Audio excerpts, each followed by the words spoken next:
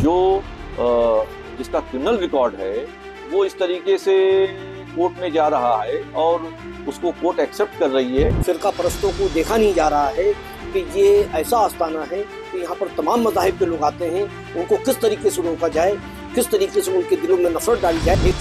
एक छोटी कोर्ट में जाकर इतना बड़ा फैसला हो रहा है। देश भर में अजमेर लोअर कोर्ट की तरफ से स्वीकार की गई उस याचिका को लेकर बहस छिड़ी है जिसमें अजमेर शरीफ दरगाह के नीचे मंदिर होने का दावा किया जा रहा है। उस याचिका को अजमेर के एक लोअर कोर्ट ने स्वीकार किया है और अगली सुनवाई की तारीख 20 दिसंबर तय की है। अजमेर शरीफ दरगाह में मंदिर के दावे पर अब मुस्लिम संस्था रजा एकेडमी और ऑल इंडिया सुन्नी जमियतुल उलमा की तरफ से अजमेर शरीफ दरगाह के खुद्दामों से संपर्क किया गया। इन दोनों ही संस्थानों ने हिंदू सेना के दरगाह में मंदिर के दावे पर सख्त ऐतराज जताते हुए इसे षड्यंत्र करार दिया है और कहा है कि देश के अमन को ऐसे झूठे वाद दायर करने वालों से खतरा है। क्रम में हाजिरी की नियत से हाजिर आया है। ऑल इंडिया सुन्नी जमियतुल उलमा के बहुत सारे जिम्मेदारान यहाँ इकट्ठा आए हैं अजमेर मोहल्ला में। यहाँ आने का मकसद ये है कि दरगाह के जो खुद्दाम हजरात हैं उनसे मुलाकात करके हम लोगों के लायक क्या खिदमात हैं, हम लोग क्या कर सकते हैं, इस पर चर्चा आज हुई है। जिस पर 18 केसेस हैं, क्रिमिनल केसेस हैं, वो मुल्क के अमन व अमान को ख़राब करने के लिए अजमेर मोहल्ला की और सुल्तानुल हिंद अताए रसूल ख्वाजा मुइनुद्दीन चिश्ती हसन संजरी हुजूर गरीब नवाज की बारगाह करम में जो है जिस तरीके से यहाँ पिटीशन उसने दायर किया, कहीं ना कहीं उसका मकसद ये है कि मुल्क के अमन व अमान को गारत करना, मुल्क के अमन व अमान को ख़राब करना। वो शख्स जिस पे 18 केसेस हैं वो इस तरीके का अगर कदम उठाता है तो उससे साफ जाहिर है कि वो मुल्क में जो कौमी एकजहती का माहौल है, हिंदू मुस्लिम भाईचारे का जो माहौल है और हुजूर गरीब नवाज का दरबार जो हिंदू मुस्लिम सिख ईसाई सबके लिए गहवारे अमन है, उस अमन को मुतासिर करने के लिए इस तरीके की एक सोची समझी साजिश है जिसका हिस्सा वो बने हुए।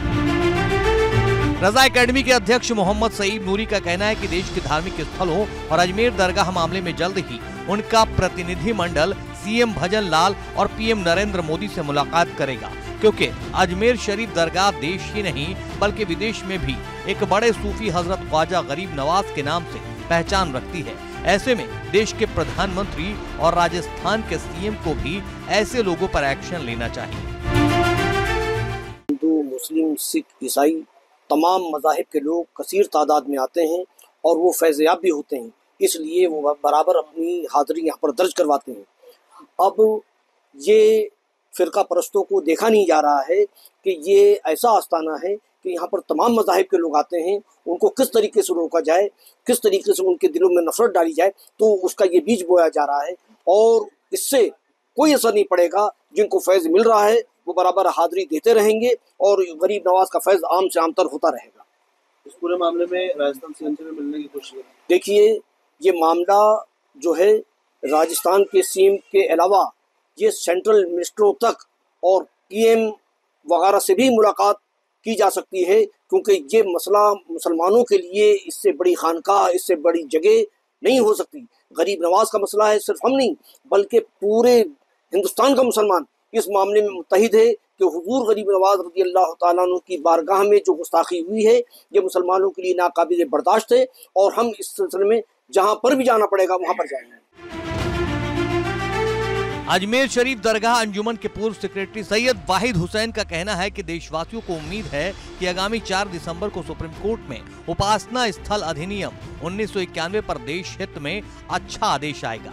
15 अगस्त 1947 से पहले के समस्त उपासना स्थल को सुरक्षा प्रदान करेगा और देश में मस्जिद मंदिर को लेकर उछल रहे विवादों पर विराम लगेगा। आम तौर पे तमाम मज़ाहिब के इबादत गाहों के लिए है और ये सभी के लिए फायदे का।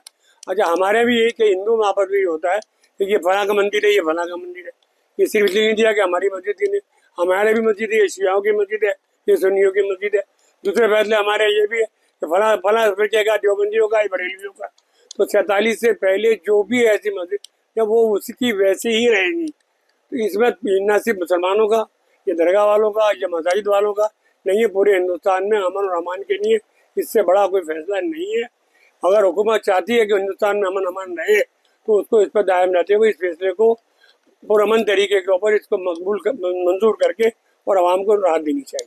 उम्मीद लगती है आपको ऐसी? उम्मीद तो खुदा और ख्वाजा साहब से है, उम्मीद तो बाकी हम काम करना हमारा काम है, बाकी सबको करेंगे।